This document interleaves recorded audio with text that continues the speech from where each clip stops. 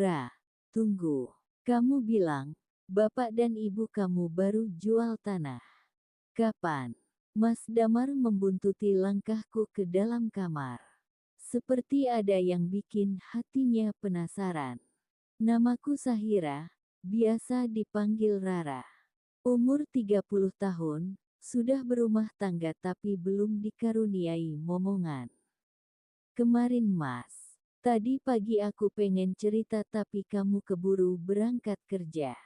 Jadi aku tunda dulu, tiba-tiba malah kamu talak aku seperti ini, sahutku sambil mengambil tas pakaian lalu mulai memasukkan baju-bajuku ke dalamnya. Iya, tapi itu kan karena Mas gak tahu. Kalau Mas tahu pasti. Mas Damar tak melanjutkan kalimatnya. Ia terlihat menggaruk-garuk kepalanya, salah tingkah. Emang kalau tahu kenapa Mas? Aku menghentikan gerakanku lalu memicingkan mata ke arahnya. Enggak papa, Ra. Oh ya jadi besok kamu beneran mau pergi. Mas Damar mengalihkan pembicaraan, tapi masih terlihat salah tingkah. Lah iya dong. Bukannya Mas yang nyuruh aku pergi. Tanyaku balik. Enggak juga sih. Enggak harus besok. Lusa atau kapan-kapan juga gak apa-apa kok, sahutnya membuatku bingung. Kok gitu? Bukannya tadi Mas suruh aku buru-buru pergi karena kita bukan suami istri lagi kan? Jawabku sembari menatap heran pada Mas Damar. Iya betul. Tapi, itu kan kalau kamu nggak keberatan. Kalau kamu keberatan ya nggak usah. Gitu kan ucapnya. Nggak usah. Maksudnya gimana tuh? Aku tak mengerti, merasa aneh dengan sikap Mas Damar yang tiba-tiba pelin-pelan begini. Tadi menyuruhku buru-buru pergi karena ia hendak segera menikah dengan Safira, tapi setelah mendengar pengakuanku kalau aku hendak membantu ibu mengurus uang hasil ganti rugi tanah yang bernilai miliaran rupiah itu tiba-tiba saja ia hendak menahanku agar tidak buru-buru pulang ke ibu dan bapak. Apa sih yang dia mau sebenarnya? Kata batinku. Gak usah buru-buru pulang maksudnya Ra. Karena, talak itu kan masih bisa diperbaiki. Nanti Mas tanya Ustadz, masih bisa nggak dibatalkan? Oh ya, kalau misalnya bisa dibatalkan, apa kamu masih mau pulang? Terus apa kamu sudah cerita sama bapak dan ibu kalau barusan Mas sudah ngucapin talak sama kamu? Kalau belum, nggak usah diomongin dulu ya. Tanyanya lagi, emangnya kenapa Mas? Mendengar perkataan Mas Damar aku makin bingung. Bukannya kalau tadi aku jadi pulang, bapak dan ibu juga bakalan tahu kalau aku dan dia sudah berpisah. Enggak, Mas cuma berpikir sebaiknya Mas aja yang ngantar kamu kalau kamu mau pulang. Soalnya Jawa itu kan jauh Ra. Mas khawatir kamu ada apa-apa di jalan. Apalagi bapak dan ibumu nyuruh Mas pulang bareng kamu kan. Sahutnya lagi. Mendengar perkataannya, aku menjadi bingung sendiri. Bukannya tadi dia mengusirku pergi dan saat itu tak bertanya siapa yang akan menemaniku dalam perjalanan menuju kampung halaman dan ia juga tak terlihat khawatir sedikit pun meski tahu aku hanya seorang diri dalam perjalanan. Lalu kenapa sekarang tiba-tiba ia menjadi begitu peduli dan khawatir pada keselamatanku dalam perjalanan? Gak usah Mas. Makasih. Biar aku pulang sendiri aja. Mas kan udah talak 3 aku di depan saksi. Gak pantas rasanya kalau kita masih pergi berdua. Apa kata tetangga nanti Mas? Pak Burhan dan Pak Riki pasti sudah bilang kemana-mana kalau kita sudah bercerai. Aku punya perasaan Mas. Gak enak sama orang-orang. Sahutku sambil meneruskan kesibukanku memasukkan pakaian yang masih bisa dipakai ke dalam tas besar yang akan kubawa pulang ke kampung halaman nanti. Tapi Jawa Timur itu jauh, Ra. Mas khawatir, ujarnya lagi. Ngapain Mas khawatir? Tadi waktu nalak aku Mas gak kelihatan khawatir kok. Kenapa sekarang tiba-tiba cemaskan aku kalau kenapa-kenapa di jalan? Sahutku dengan tatapan tajam ke arahnya. Mendengar jawabanku, Mas Damar terlihat kikuk. Ya, khawatir juga dong, Ra. Tapi tadi kan belum sempat ngomong. Sekarang aja baru sempat ngomong kalau perempuan itu sebenarnya nggak boleh pergi jauh-jauh sendirian, kilahnya. Aku menggelengkan kepala. Nggak usah Mas. Lagian aku udah sering kan pulang sendiri. 2 kali aku pulang nggak Mas temani karena Mas lagi sibuk kerja. Jadi, biarkan besok aku pulang sendiri. Oke. Mas Danu terlihat kecewa mendengar penolakanku, tetapi akhirnya ia kelihatan pasrah. Ya, sudah kalau gitu.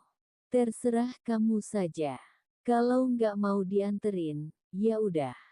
Tapi malam ini kamu masih tidur di kamar ini kan? Kita masih bisa tidur bersama satu kamar kan? Aku menggeleng. Nggak Mas, itu gak boleh kita lakukan. Cukup aku nebeng semalam aja di sini. Aku tidur di depan TV aja sambil nonton drama Korea. Udah ya Mas gak usah khawatirkan aku. Aku sholat dulu. Abis itu aku mau nonton TV, pungkasku lagi. Ya, udah, sahutnya pasrah. Aku mencoba berusaha tenang, gak nunjukin kepanikan, meski dalam hatiku bergolak hebat. Aku sedang asyik menonton drama Korea di televisi saat pintu rumah diketuk pelan dari luar.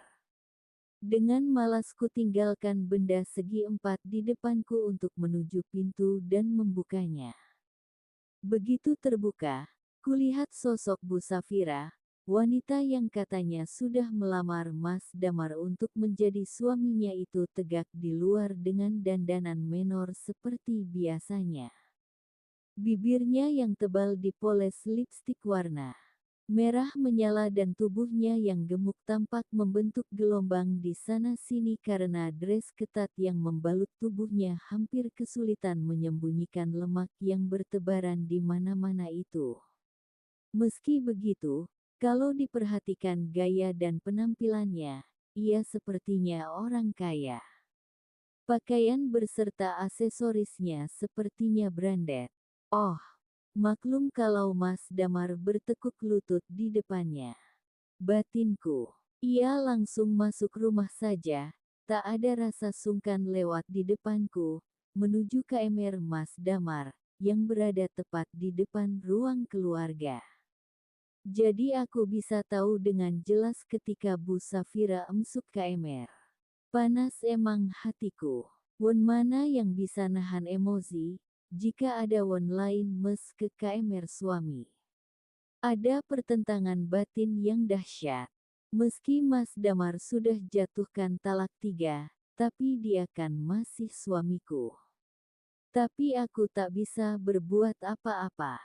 Aku harus ikhlaskan Damar bersama won lain di dalam kamar. Biarlah sakit ini akan kubawa pergi, dan aku harus bersabar menunggu esok hari. Begitu beban berat yang aku rasakan. 10 menit telah berlalu, Bu Safira belum juga keluar dari kamar. Sebaliknya justru yang aku dengar suara riuh. Ternyata pintu kamar sengaja gak ditutup sempurna. Jadi kupingku bisa menangkap suara dari dalam cukup nyaring. Suara-suara itu lebih didominasi Bu Safira. Kadang merintih, kadang mengiba, kadang pula menjerit. Kupikir, mereka itu lagi asik-asyiknya bermain. Sampai akhirnya aku terpengaruh, dan dengan pelan aku bergeser mendekati pintu. Dari sini, suara itu makin jelas terdengar, bahkan aku bisa melihat 2 sosok. Aku meyakini, yang lagi jonghok di atas dan samar terlihat membelakangi itu pasti Bu Safira. Seberkas cahaya dari dalam menunutun indera penglihatanku, ada bayangan yang bergerak maju mundur, dan semakin lama semakin cepat tak beraturan. Tubuhku mulai panas, keningku mulai berkeringat, tapi aku hanya bisa menggigit BBR sambil menahan suara. Sejenak aku lupa akan masalah yang tengah kuhadapi. Justru kini aku malah bingung sendiri. Entah bagaimana mulanya, aku jadi ikut-ikutan, tapi kini aku gak ngerti bagaimana bisa mengakhirinya. Tiba-tiba saja aku nyandar ke dinding sambil membayangkan saat-saat Mas Damar memberikan kebahagiaan kepadaku. Mungkin saking lelahnya batin dan pikiranku, akhirnya dengan sedikit sentuhan saja tubuhku jadi bergetar, ada denhutan hebat yang mengalir ke seluruh jiwaku. Ternyata begitulah cara mengakhirinya, dan benar aku baru tahu sekarang juga. Aku merasa pikiranku sedikit enteng, ada senyum yang hanya setengah, tapi kini aku mulai bisa berpikir lagi. Aku berusaha melupakan apapun yang terjadi di dalam KMR sana. Aku mulai berpikir logis, perpisahan dengan Damar mungkin jalan yang terbaik, selagi aku masih muda, belum dibebani anak juga. Aku percaya, suatu saat pasti akan datang jodoh untukku. Buat apa punya suami, jika hanya bisa menyakiti, dan tak bisa bikin hidup bahagia.